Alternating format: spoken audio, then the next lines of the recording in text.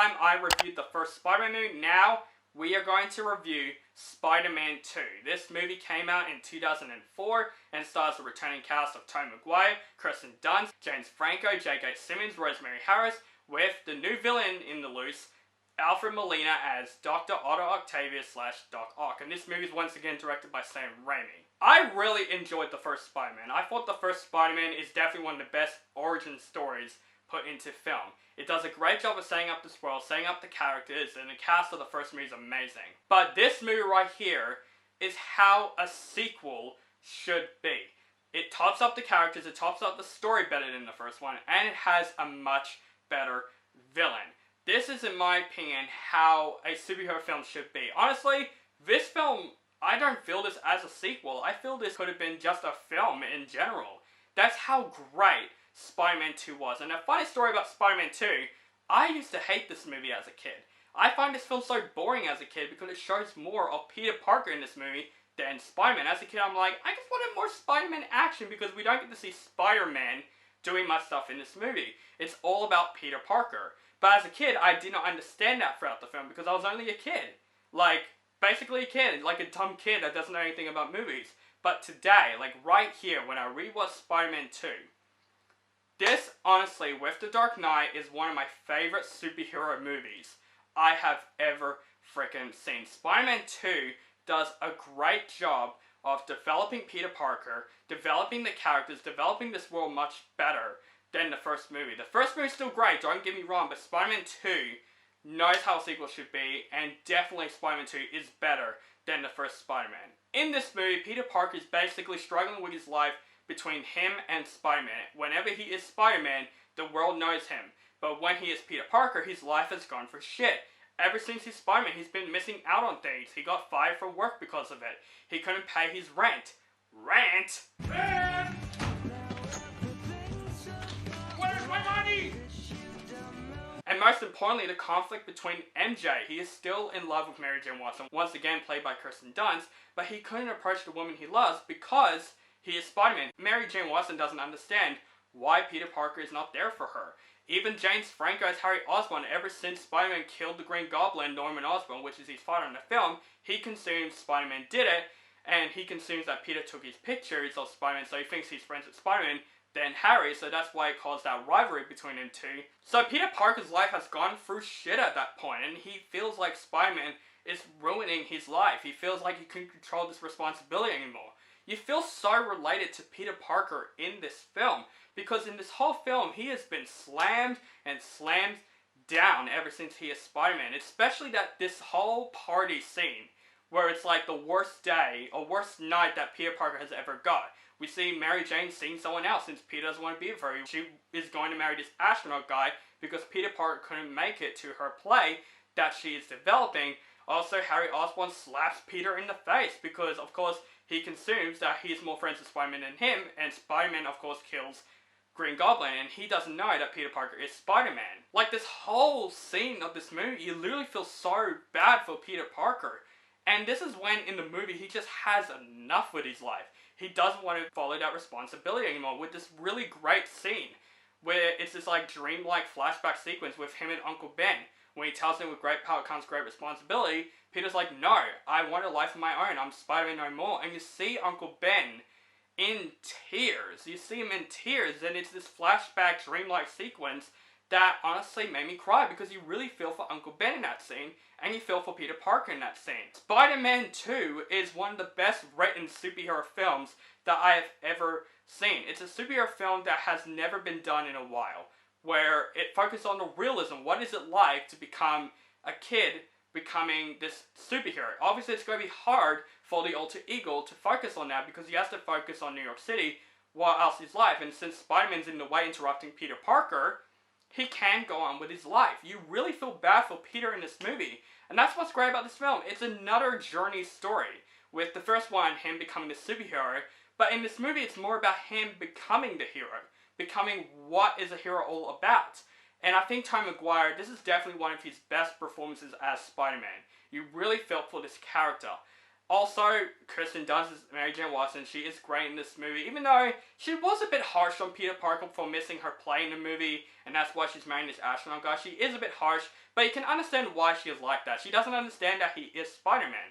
And obviously Peter Parker's in love with MJ, but he couldn't fall in love with her because of who he is. James Franco as Harry Osborn is especially good here. He is fantastic in this film as Harry Osborn. I didn't mention him much in the first movie because I really want to save him for this movie. He is so great in this film. This is when he brings it up to his performance in this film. But of course, come on, we gotta talk about the elephant in this movie in a good way. Alfred Molina as Dr. Otto Octavius / Doc Ock. To me, one of my favorite villains in a movie of all time. This is how you do a villain fantastic. Otto Octavius, you really follow him. He's basically kind of like Peter Parker in this movie. You basically follow him throughout the story. He wants to create this experiment, and of course, this experiment goes wrong. It kills his wife, and he's got these mechanical arms that helps with the experience, and now it controls him. And this introduces one of the best villain scenes ever, the hospital scene. It is what I call Sam Raimi's direction. It is brutal. It is terrifying. I remember it scared me as a kid, but now that I watch it, I'm like, this is one of my favorite scenes in this movie with another thing I want to talk about. It is so well done. It's so well filmed. It's definitely Sam Raimi because it does reference to Evil Dead. Like this one part, the guy grabs like the chainsaw from Evil Dead. It's an obvious reference, but it completely works in this movie. It just shows the great performance that Alfred Molina does as Doc Ock. He is a great villain. He is menacing, and they treat him as basically kind of like a monster. And that's what I liked about the movie. It has a monster movie vibe with this film because he's so menacing, he's so indestructible, and you're thinking, how the hell Spider-Man is going to defeat this villain? And I cannot wait to see Alfred Molina return No Way Home. I think he is going to be awesome in the film. Also, J.K. Simmons as J. Jonah Jameson. This is the best I've seen from him in this film, with, of course, one of the most iconic laughs of all time. My son, the astronaut. But could you pay me in advance?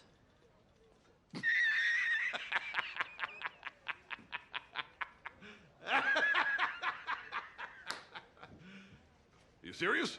He definitely stood out in this film more than the first one. The first one more introduces him, but this film, I loved him even more in Spider-Man 2. But the good thing about Spider-Man 2 is that this movie has more heart than the first movie. It shows a realistic story about a man becoming this hero. First not dealing with responsibility, and then he learns about responsibility throughout the film with this great scene that Aunt May tells him that, you know, sometimes you have to make sacrifices of being a hero. I believe there's a hero in all of us that keeps us honest, gives us strength, makes us noble, and finally allows us to die with pride, even though sometimes we have to be steady and give up the thing we want the most, even our dreams. You have to give up what you love the most, which in my opinion, that's probably my favorite speech in this trilogy. I think it tops up with great power comes great responsibility moment, because this moment is true. When you're a superhero, you have to make sacrifices, and I love that message in this film. But oh my god, the action in this movie is fantastic. Even though this is not as action-packed as the first one was, this movie has some of the best action scenes that I've seen in a superhero film. Like from the fight between Spider-Man and Doc Ock in the bank, that is a great scene, but come on, we gotta talk about the train scene. This is one of the best superhero action scenes that I have ever seen in a movie. It is well done, it is so well choreographed, it felt so real, and it's so intense, it's fun, it's entertaining. It makes me think, why isn't there an action scene like this in movies now these days? This action scene, I could watch it all over again. I actually like this action scene more than the rest of the MCU films, I'm not joking. This is a great action scenes, and of course the final fight between Spider-Man and Doc Ock in his lab, saving MJ, that is a great fight scene. Also, the action is so well done in this film. Even though this film is more of a character study, there is action in this film, and Sam Raimi directed the action scene really well. And obviously there are some silly things in this movie that I felt it worked. Like raindrops keep falling out of my head scene, where you see Spider-Man give up, took away his suit, throws it in the bin, and the next scene, raindrops keep falling out of my head scene. I love that scene. You know why? Because it shows that Peter Parker is now happy. He's now allowed to live his normal life that he wanted.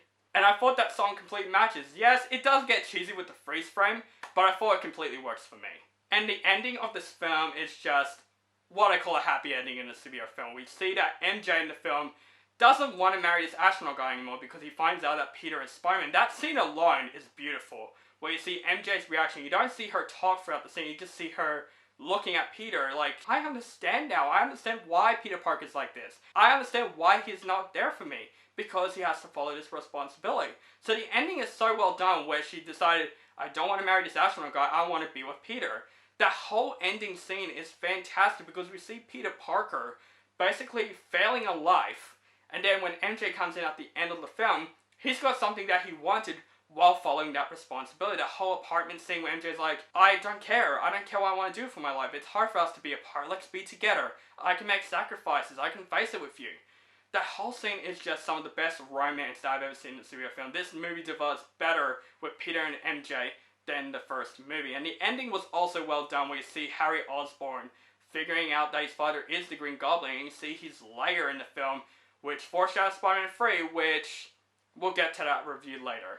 Guys, overall, Spider-Man 2 is one of my favorite superhero films of all time. I find this movie really flawless. I don't find any problems with the first Spider-Man and either this movie, but this movie is how a superhero movie should be, and how a sequel should be. Tops up the characters, tops up the hero himself, the villain is even better, the fight scenes are even better, the story is well choreographed. It shows that we need more superhero films like this that felt like an actual film. Guys, Spider-Man 2 is one of my favorite movies of all time. It's one of my favorite superhero films of all time. I am so happy that I reviewed this movie because I wanted to review this movie for a while, and I love Spider-Man 2 so freaking much. Guys, if you have not seen Spider-Man 2, you don't even need to see the first movie. I think this movie felt like its own thing in my opinion. It felt like this should have been the Spider-Man movie that we deserve because I'm going to give Spider-Man 2 an A+.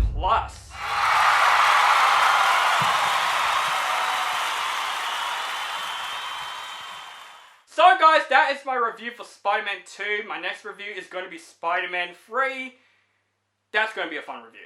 Let me know what you think of Spider-Man 2 in the comments below. Do you like it, hate it, or you thought it's okay? And what is your favorite Spider-Man film? Let me know in the comments below. Make sure you guys follow me on social media links down below. Facebook, Stardust, Instagram, Twitter, and Letterboxd. Keep contact with me. And make sure you guys subscribe to my channel notified for my latest movie reviews and other movie related content. And have a nice day.